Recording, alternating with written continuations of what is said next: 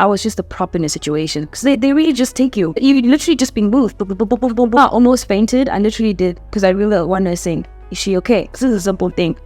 Get with the program.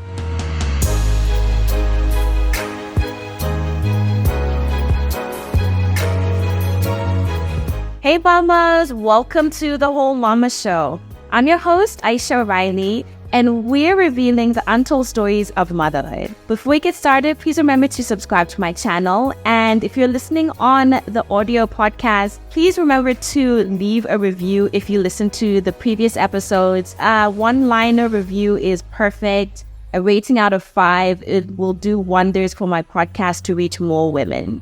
Today's episode is such an important one and so topical because some people's accounts of their experience in the hospitals or in the clinics where they had their babies. And unfortunately, it's something that is all too common. The mishandling of mothers in hospitals, in birth clinics. And it seems to be something that has been normalized across different cultures, across generations. And this episode really speaks to that. You're not the only mama who had a traumatic birth. My guest today is a good friend of mine, and she is an entrepreneur, digital content creator, social media powerhouse, wife and mom to Fez, and a lot of you know her already. Her name is Yolenda Jawe, and she is sharing her experience of being a mother. Here's her story. Hi. Hello. Thanks for coming. Thanks for having me. It's been a long time. It's been a long time. When was the last time we did a video together? I actually don't remember, Aish. I don't remember. It's been a long time. It's been years. It's been a long time. Yols and I, we've been friends for a while. Since 2015. So well, actually, oh my goodness. It's 2015. I met you in 2015, yeah. Yeah, it was before I went here and before you moved here. Yeah. Hectic. Yeah. It's been a few years. So she is finally back on my channel. So excited for her to be on the Whole Mama couch. Yes. Coming. Thanks for having me. It's a comfy couch. Yeah. It's comfy. Very relaxed conversation and no judgment. Very non-judgmental. I can say it right. So I can feel that. So in case people don't know who you are, please can you introduce yourself and let me know who calls you mama? Oh, my name is Yolenda Jawe, popularly known as Y'all's Channel. You have to sing it. It's Y'all's Channel. I am a mom, a wife first actually, then a mom, and I am a YouTuber, and I call myself a digital marketing specialist because that's really where my passion is, and just breaking the boundaries around everything, which is part of why I am here. I am a mom to Fez. And I'm hoping I'll add to this conversation to break the boundaries on the silence that exists on motherhood and adding to the pot of wholeness when it comes to mamas. Yes, you will be. You already have, but you will be in this episode. I'm sure of it. So take us back. How did you become a mom to Fez? Oh my goodness. Without the emotion, Ocean's good. You know, Ocean's good. I actually was in your home country when I figured out this. I might just be pregnant. We were just crazy newlyweds. I don't know. Okay. This was about 5-6 months post-marriage. After marriage, wedding day. Apparently, I had no color on my face. My colleagues were just like, you look like The Walking Dead. Wow. Okay. And I thought, because I'm waiting for my period, what's happening? Felt weak and I was flying. My husband sent me all these Google searches on like traveling a lot, country hopping. A few weeks before that, I was in Nigeria. And now I'm leaving Kenya and I'm going to another country, Tanzania. And he's like, that's why your cycle is off. Now something's really wrong. Yeah. And it was diarrhea full force. Shit. So we had to go to the doctor. Yeah. That very morning. It was so funny because she's just like, you sure you're not pregnant? I'm like, nah. Also, my confidence in audacity. Yeah. Probably just, she's like, yeah, she's confident. Yeah. And it literally took a few seconds. She checked it and she laughed. And I was like, hey, but what's going on now? Yeah. She says, congratulations, you are pregnant. In terms of your support, like what did that look like for you? You mentioned your mom in love. I call them mom in love. I love that. We too are totally in love. you know, but how about friends or any other family members around you? How did you sort of like find support in them? So my mom was in Cape Town. She was in between like a lot of career change. Yeah. At first, I literally was like, especially after giving birth, I was just like, where are you? Where's my mom? Yeah. You know, and I had to separate whatever she was going through at the time and however she experienced my birth story or my brother, my sister, and what I was getting from my mom-in-law, because getting home, my mom-in-law had already put like the whole wall, decorated the wall with welcome baby. My hubby's best friend was also home and they had balloons, they had gifts. I don't know, I felt loved. But there was that little inkling of like, oh, I wish my mom was here. So she did come a few days later. But I certainly was just like, I wish I got home to you, you know, especially because I had a bit of a traumatic birth, I think. And definitely felt like they were like, you guys need to learn, but we are here to guide you. Should you fall, know that it's okay. We are here. Yeah. And I think in a way it was just like how I was raised largely. There was a lot of trust on us. And I don't know if that's always a good thing, especially when it comes to the tenderness after birth. Yeah, you're very vulnerable. Extremely. You are like, no boil. Yeah. And how it needs to be treated by a doctor. That's how you are after. I love that word tenderness because it's a sort of like feeling or place in your life that you don't really know until you actually have a child. At least I found that with me. I've never been to that place. Yeah, it's very vulnerable. And there is this thing, like as you were talking about, like your mom and stuff, there's this, I don't know, for me, I always really felt like I needed my mom. Yeah. Throughout my pregnancies and then after birth, like I just wanted to be with mom. That's it. That's all you want. Yeah. It's such a internal, maternal need, a biological one that we cannot help have because we're born with it. I don't know what it is. Just like a child needs their mom at birth, so do we go back to that place where we just, that's the only thing we need right now. Just mom. Yeah. No, that's so true. So, Fez's birth. You mentioned earlier that it was a bit of a traumatic time for you. Can you take us through that? Oh, girl. Without crying, I've spoken about my birth story so comfortably, but now as I get older and realize, I'm like, oh my goodness, I still got that to deal with. So it started off at 4 a.m. waking hubby up and going, I think these are contractions that I'm feeling. And at the time, he was just like, okay, but how far apart are they? Should we be pack it up? Should we leave now? Yeah. We did not leave. So we timed them. I think they were like, I don't even remember the details, 20 minutes or 15 minutes apart. But I just know the gap was wide enough for us to stay at home for a few hours. And your pregnancy, just very quickly, your pregnancy, how was it? Oh, Reyes did not want to come out. He was on a good baby. He didn't have nausea. Didn't see my husband around. I feel like that was very easy. Yeah. And I was very blessed. Yeah. I just had the worst kicks. He's as active as he is now. The rib kicks. And then I had a sciatica nerves issue. My left side, which I still have, like a hectic sciatica nerve pain. Yeah. It's like a pinched nerve. I don't know if you have it. Yeah. And I still have it here and there if I'm on my feet like for too long. But I had that, but it really wasn't that bad. It was near the end where, 39 weeks hit and we were like, okay. Hello. Yeah. 40 weeks, 41. Really? Yeah, he was due in July. He came in August. Wow. First day of August when I was due for a scheduled, is it induction? Yeah. Induction. Yeah. It didn't cross my mind that a C-section would be an option at all. So I really just went in hoping that this one would come. So the morning of when we were supposed to be, I think, in hospital the night. Yeah.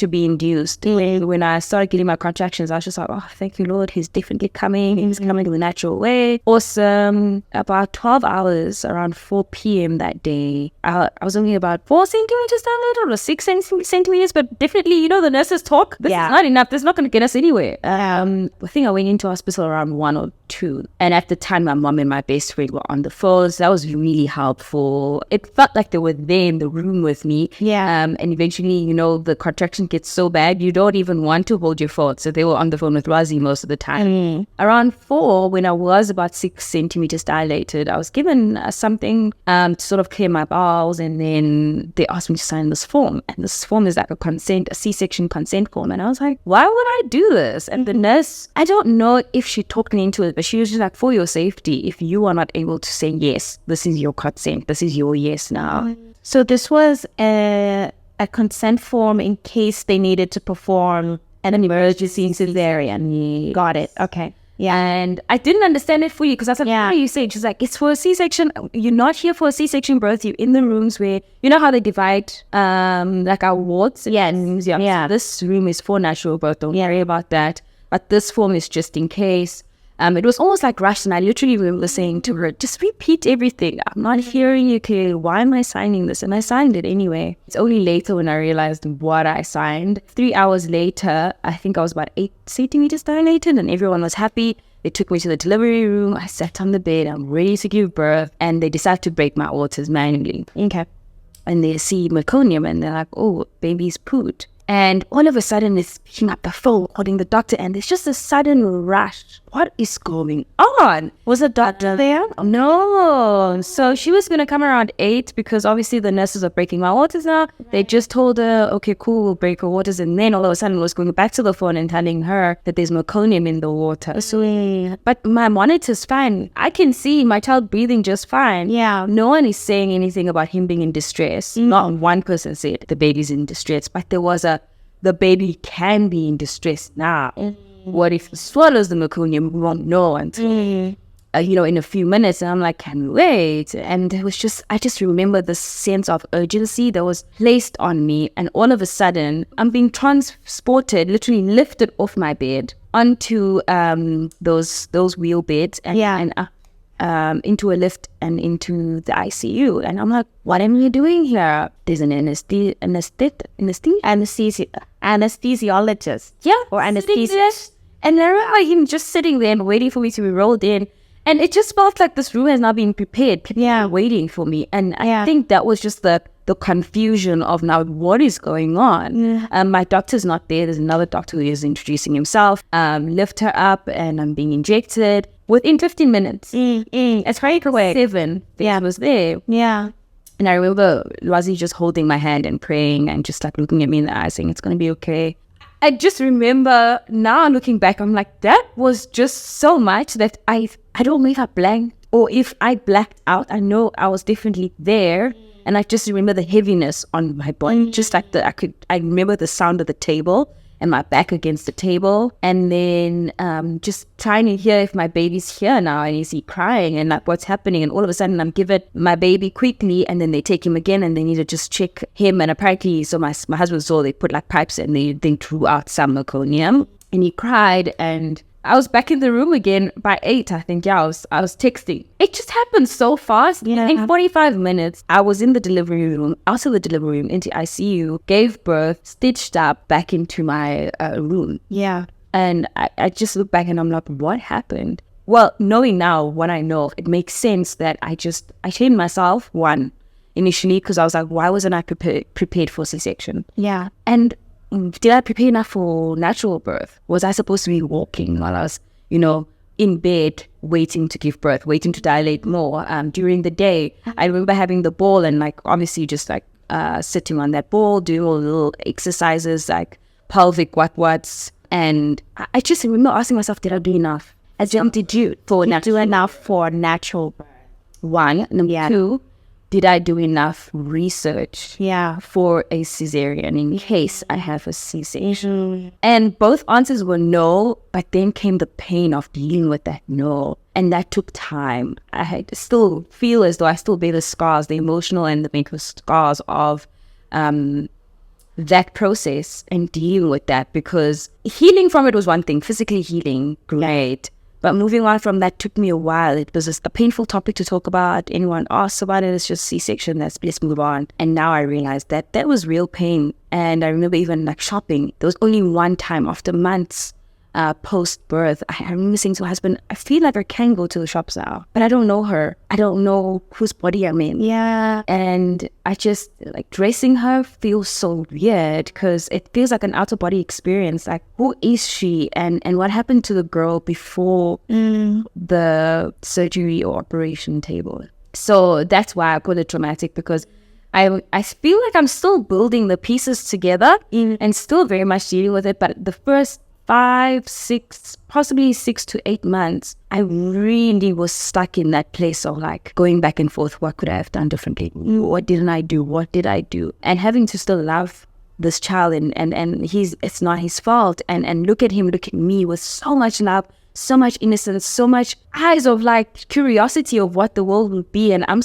responsible, but I'm still there. I'm still on that bed, asking myself what happened and how did I get here? Did you feel like you were a failure? Did you feel like you failed at birth? I felt like I failed at researching. Yeah. So I shamed myself more so for, I don't want to use the word stupid, but I felt like you could have guided yourself to this table. What are you doing here? You don't know what you're doing here. And reconciling the past with the new me and the me that was, it felt like a transitionary stage. Like the person that was laying on that table didn't know what she was doing, and she needed to connect the past with the present because all of a sudden things are moving so fast. You're given this child now, nurse. Yeah.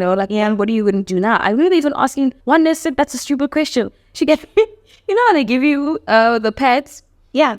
I didn't know. I looked at those things and I was like, how do I use it? She told me like, aren't you a woman?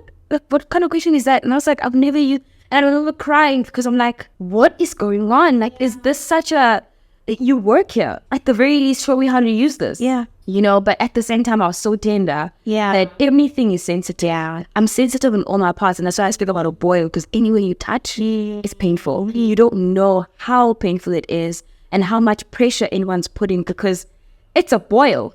At any given point, it could burst and you just don't know. So those 8 months were painful mentally, and I needed to just get back to who I really was. Thankfully, I had my content. So going back to like what I knew and trying to go back to her, and then integrating Fez into our lives now and being a mom helped a lot. It felt like I'm talking to 2 different people and I'm saying sit in one room and get to know each other again. So that's taken time. And like I say, the fact that I'm still emotional talking about it means I'm still healing from that. And it's again something people don't talk about. It feels like birth should be a one-time thing and a one-time memory and it's over. And because the world speaks about like, you feel the pain, but you won't remember it. Yeah. You do remember it. It's the scars that you bear that are not physical that you still have to deal with. The wounds that still need salt and crying, and a lot of like therapy. Yeah. If there was post-birth therapy,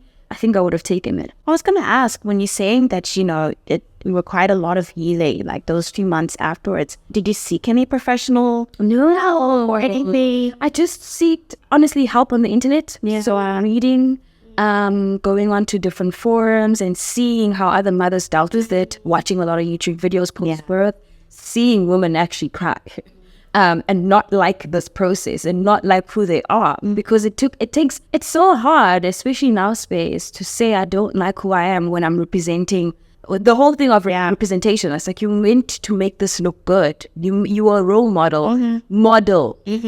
But you can't model pain. Yeah. And it's sad because it is my reality in that moment in time and I can't talk about it in that time because I don't even know what it is. Can I fumble? Can I stumble over my own words because I don't know what I'm doing right now?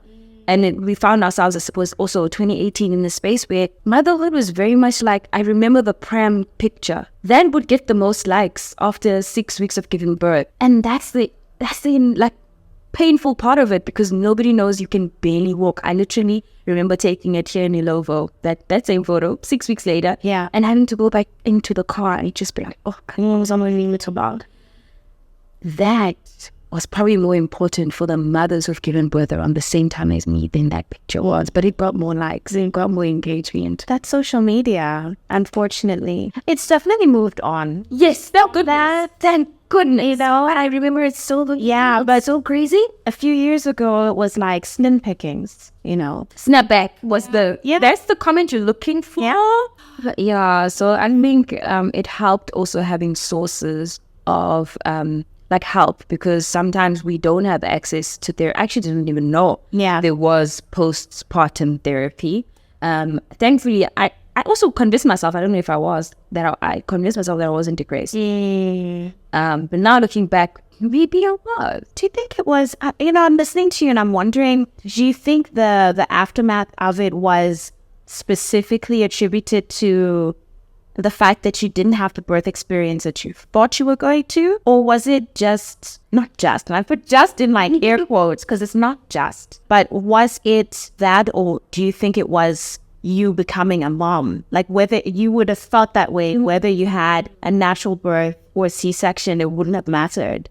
I honestly think it was lack of preparation and the way in which our caregivers handled everything. Because that's so important. Like, those people, again, that tenderness, the sense of urgency, the rush, the picking up the phone, the panic, that sent me off. And that's why I think I might have actually blacked out at some point. Whether I was conscious of that or not, I don't know, because suddenly it went from calm, you're on the delivery table, take time and breathe, to we're going to do this now. And that rushing that moment in time set me off completely. My focus was meeting this beautiful boy that I've never met in myself, the best blind date of my life, whether painful or not, and breathing through it. And I wasn't breathing. I don't think I breathed throughout that time, like as in consciously. So I was just on autopilot, and I think that's the problem. Our caregivers play such a huge role, and they don't realize it. I didn't feel taken care of. And even after, like I say, just asking that question and feeling like this is not a safe space for you to ask such things. This is a simple thing.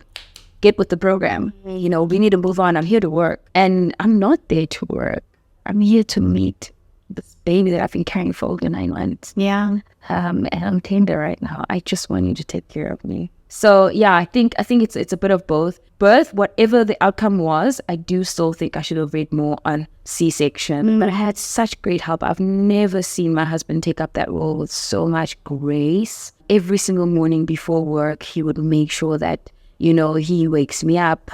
We had those blood clot injections. Every single morning he would do that. He would actually clean my wound, nurse it, ointment. I didn't do any of that for at least the first 2 weeks until I think the thing that he applied, like until it ran out, that ointment. I hate needles, but he took such good, better than the nurses, to be quite honest. And he'd take Fairs for a few hours. Then I knew what it felt like to be taken care of, and I longed for that before. I felt that when you said that you just wanted to be taken care of. Because, like, as much as we call it like vulnerability and tenderness, that really is what it is, and it's something that I've been trying to talk about, on my platforms, especially on my Instagram, because this last time was a mess, as I've spoken to you about. And it's exactly that like lack of empathy that is very clear, unfortunately, in a lot of our healthcare workers, professionals, when what they are supposed to do, like I said, I'm here to do my job. Your job is to take care of me when I'm at my most vulnerable. And then when you speak to somebody the way that nurse spoke to you, or, they're just not that attentive. It's like boom, boom, boom, in and out. And, like as if it's no big deal. Like you're becoming a mom. That's huge. So I felt that when you said that. And I think a lot of other women would as well. It's painful. It is. And unfortunately, it's part of the memory of Fez's birth. Yes, it's marked and by such, I want to say vile, to be quite like super raw, because in that moment you are so fresh, so raw, so vulnerable, and somebody's poking at you. It don't poke. I remember even one nurse sitting me up, and after the C-section, you're not, like, you don't have any control. To you. I almost fainted. I literally did. I think, because I remember one nurse saying, "Is she okay?" I didn't know I had no control. And I remember one nurse lifting my leg and the other one, but I didn't feel anything. So reconciling what my brain was seeing and what was actually happening, I just remember going like that in bed, and they were like, "Are you okay? Are you okay?" Things like that. Again, it's like, how do you handle both? Is it the healthcare like the nurse that's supposed to say, I'm about to do this and you obviously won't feel it, but don't look or be prepared. Or is it on me to have done the research to know, to expect that? Because I just remember feeling so sick in that moment. I think just blood rushed because why are my legs moving and I can't feel anything? I'm going to answer that according to what I believe.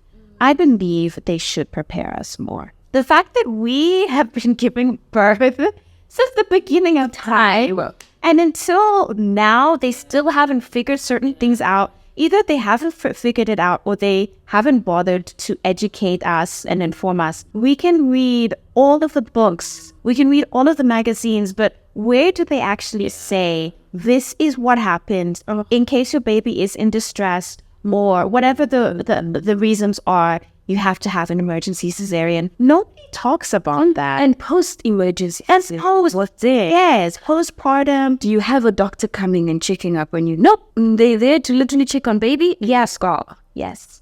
It's not you. No. Nobody asks you, how are you feeling? Can you feel this? Yeah. Is it painful? Is it keloiding? Is it anything like literally just checking what? And they've got their little board. Yeah. It really feels much like a job, like I'm a burden to you than I am taken care of. Yeah. Yet I'm paying for the service one, and I've just done something super extraordinary. From the beginning of time, this has been it's still the most miraculous thing. It really is. That anyone can do, and we as women are given that. And for other women who've possibly been through it, to be in the same room as you and literally check a box and leave, just takes away from what it truly is. Yeah, so that was my experience. I'm healing now, and I'm at a better place, I won't lie. Yeah. And I'm enjoying being a boy mom. And would I do it again? Yeah. And I think I'd be better for it because now I won't shy away too from sharing and carrying that responsibility with pride. It's a beautiful thing, and if anyone else can have a better C-section or emergency C-section experience than I did, I would be so much happier. Just knowing that. It is important that as women, we try and take more control. We advocate for ourselves. We try and take more control over our health, in all aspects. Because let's be real, it's a man's world in every aspect. Even, unfortunately, like we were saying, like in maternity, which is very exclusive to women, there's something still very patriarchal about how it's handled. So I think it definitely would help other women if they had this, because I don't know if this was the case for you, and you can let me know. I feel like a lot of women, a lot of my followers especially, and some friends, they have this idea in their head that is very like, you are not going to tell me anything. I am pushing my baby. There's almost like a pride in that, even when, for example, when I had my first Caesar, all of my kids are Caesar kids, and for me, it did not faze me. Honestly, you did a blog post about it. I like a blog post, a video and stuff, and the reason why it didn't faze me is because I personally never had that dream of this birth experience. I was like, I just want my baby healthy, and I want to be healthy. So on my side, I think it's something that I have found really difficult to relate to, because I'm like, as long as your baby is good, that's the most important thing.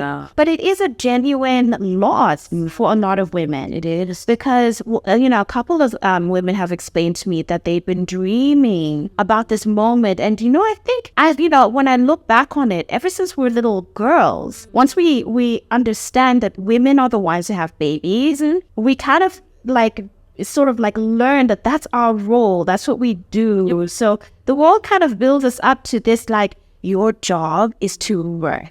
That's like one of the biggest things that you're going to contribute achievement in the world. And it is. Yeah. But, I think for some women, that message isn't really ingrained. But then for others, it really is. Like, did you feel that way at all? Like, when you ended up having the emergency Caesar, I think that's why I asked earlier, did you feel like you were a failure? Because a lot of women had kind of described themselves as such when they had one. No, thankfully not. I think for me, while we were waiting for phase to come, so my gynae was already having the conversation with, look, if this one doesn't come now, baby's growing and baby needs to get out. It was more of the emergency part, because there's the expectation that you can build. I would have loved to give birth naturally because we wanted 5 children initially. Thankfully now we just one more, Lord. Even 2, but definitely not 5.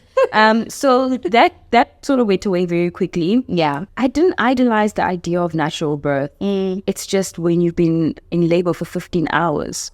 Could we not have done this in the first hour? And I think that's the reality of it. Well, if it was C-section, could this not have been scheduled then? You know, it's reconciling that thing of like, did I have to go through the pain of natural birth? Yes. Not, and then get to a point where you're so close, you're on the delivery bed and not give birth naturally. I think that's the thing about the emergency part and then the rush of it. There is no processing in that moment, and that's where the trauma is.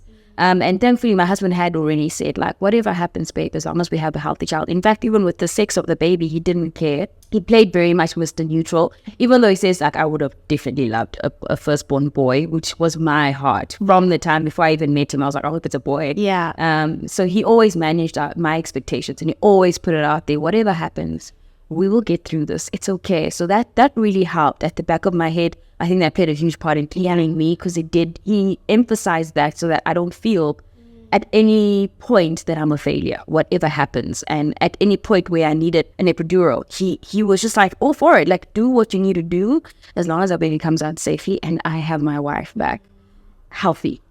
That was the most important thing. So I even stayed an extra day in hospital because I just felt like this, I'm not okay. I was really not okay. I asked the doctor, can I just stay another day? I just need my mind to get back to where I was. I'm not the girl who was here 2 days ago. So I think it was just the emergency part of it that made me feel very like I was just a prop in a situation. Because they really just take you. You're literally just being moved. Boom, boom, boom, boom, boom, boom. And then that thing on the table, you're not feeling anything. It just feels like you were a doll in that moment. And obviously the process needs to happen. But it just felt like I was part of someone else's story and I needed to reconcile that girl. Yeah, She is me. you've explained that, like, I get it. I get it. That's literally how it was. Yeah. And you know, with all of the like birth stories that we hear, and it happens with so many of us. So many of us where it's just like, you're just a number. Yeah, that losing control. Yeah. And that's the thing. It's not like we're craving control, but certainly this is me. I still have to live with her. After you're done with her, like all of this, if I could call it a term, it's medical abuse. You know, it's like after you're done with her, she actually still needs to go home and take care of this baby and raise this child, but still live with the pain of whatever you did in that moment to get your job done. Yeah. That's the part that hurts because they leave and then it's done. It's not done with you. You still have to be a wife. You still have to smile. People are going to come over and look at this baby and you literally, again, you're like, I don't want to feel like a prop. Do I have any control over this narrative? Yeah, it takes a lot, but at least I got to a point where I understood what happened and I could process it. And that was the most important part. And I think my husband played a huge role in just supporting me every single way. He literally, from the time we were preparing for birth, he was like, I'm on diaper duty. And the moment you start pumping, I'm on midnight shift. It's okay. I've got you. So whatever it was going to be, I knew I was in good hands. That's massive. And I'm also saying that because we live in a country, a society where men are very much like hands off. Yeah, no, he was take a step back. Yeah. This is womenly things and stuff like that. So for him to have been not just so involved with Fez, but with you and making sure that you're okay, that's huge. Oh, I had no idea. I really didn't. I called you. I don't know if you remember. We spoke just after you had Fez. What did I say? How did I say? Was that okay? You sounded out of it, for sure. But I understood that because obviously I had also had a Caesar and I wasn't, so going back, I already knew like, oh, shame, and so we didn't talk for long. But I remember you saying that, that you had a Caesar and like, I can't remember the exact words, obviously, that you'd said, but that you just weren't happy about it. You're like, I didn't want it. And something the way in which that happened, yeah. Yeah, you said something along those lines. And my heart, like, dropped for you because I was like, I hope she doesn't think that she's, like, failed at this. No, it wasn't that. I just, if one nurse literally said, Yolanda, this is what's going to happen. Your water has got meconium. I had to read between the lines, and there's nothing worse than even children. That's why they get like you don't go somewhere without telling them. Oh, we're gonna go now. Let's take a bath. This is where you pay them mentally. Take me there. You're gonna go to ICU. It was just, and that's why I say a prop, because it literally felt like they lifted me off the bed onto the on wheels, and all of a sudden I'm just whisked away, and I'm on the second floor, and and I get there. People are waiting for me. When was this start? Yeah. When you could have taken 1 minute. Yeah. 90 seconds, if at all. Yeah. To just literally, you don't even have to hold my hand. Or call my husband decided. He was going to deliver it so much better too. They did not take care of us in that moment. And that's why I didn't want it. I felt like I was coerced to sign that. And just because she signed, we can do whatever we want. Right. That's what it felt like. Yeah. Yeah. I really hope that there are some healthcare professionals listening to this, watching this, because we need better. Yeah. The trauma We need better. that they cause and inflict is insane. And it's unnecessary. That's the worst part. Just take care of us. It's not going to take you an extra 2 seconds out of the day to do one human thing. Because exactly what you're saying, and this is what I've been saying also to my friends and stuff, and also online, it's like all throughout your pregnancy, people are like, how are you doing? Are you okay? Da, da, da. And as soon as you give birth, first of all, it's like birth ain't no thing. Billions of women do this all the time. It's really no big deal. Then we were supposed to go home with our scars, whether we gave birth naturally or not, whether we had a traumatic birth or not, even if it was smooth sailing or whatever, but majority of the time, something has happened. And then we're supposed to feed the baby, heal, still take care of our other children, all the while on 2 hours of sleep, if that, and. But now you've got this added layer of unnecessary trauma. Yeah. And even when people come and see you, they're not there to see you. They're not there to see you. I came to see the baby. Yeah. Like, mom's fine. I hope that changes forward. And we too prepare ourselves. Because I did also prepare myself for that disappointment. I'm like, well, what if I'm not taken care of? Let me just build a little bit of like a defense shield. You know what? I don't think you can prepare for that. That's the thing. That's the reality. Who can? You can. You can't be going in there all guns blazing. But yeah, that's my story. Thank you for sharing. You're always welcome. Thank you for having me. I'm praying that you will be blessed again. Yay! Being broody. I can't look at dog. Or cannot look at a liar. I'm like, oh, don't do this to me. But I think it's just in us. It is. It is in our nature. Yeah. It is. Before we go, what would you say is your whole mama truth? It's okay for pain and joy to coexist. Before, during, and even after birth. It's okay. It's actually supposed to be, because there's no birth without pain. In that time, live it and go through it. Allow yourself those emotions. You owe it to yourself to heal quicker and get to a point where you are whole again. Yeah, I love that. The coexistence of it all. Yeah. Where can people find you? You can find me at Y'all's channel. That's on TikTok, Instagram, YouTube. If there's any other new apps, it's going to be at your channel as well. If you need a little treat, mama, a little self-care date, I do have a self-care brand called Y'all's Beauty. It is South Africa's first Black-owned sheet mask brand. So take the time to mask up and take the self-care. You deserve it, mama. This was so good. Thanks for coming. Thanks for having me. It was so Sharing. Wow, such a necessary conversation. I'm so glad that y'all was able to join me today on the Whole Mama Couch and share this really important experience that I know so many of you watching and listening to this episode are feeling at the moment or have felt in the past. And maybe you haven't felt heard, or you just needed to listen to this podcast to feel a bit more validated. My opinion is that the healthcare system needs to change. We, as the only human beings on earth who can give birth, we're not taken care of. I have firsthand experience in that. And I'll be sharing my story soon. So in the meantime, please let me know if this episode resonated with you, if you could relate to anything that we discussed today. Did this episode give you any kind of validation or clarity as to why your birth experience didn't go the way that you hoped or expected? I'd love to continue this conversation in the comments as well as on social media. So please go ahead and share this episode with a mama in your life or a mama to be, and the aunties as well. We're all part of the same mama village. Don't forget to tag me at Aisha and Life on all social media platforms. And if you're listening on the podcast, please go ahead and leave a rating out of 5 and a quick one-liner review. They are massive on podcasts and they help me reach more women. You can also find my honest journey in motherhood on my blog, aishaandlife.com, and on my social media platforms at Aisha and Life.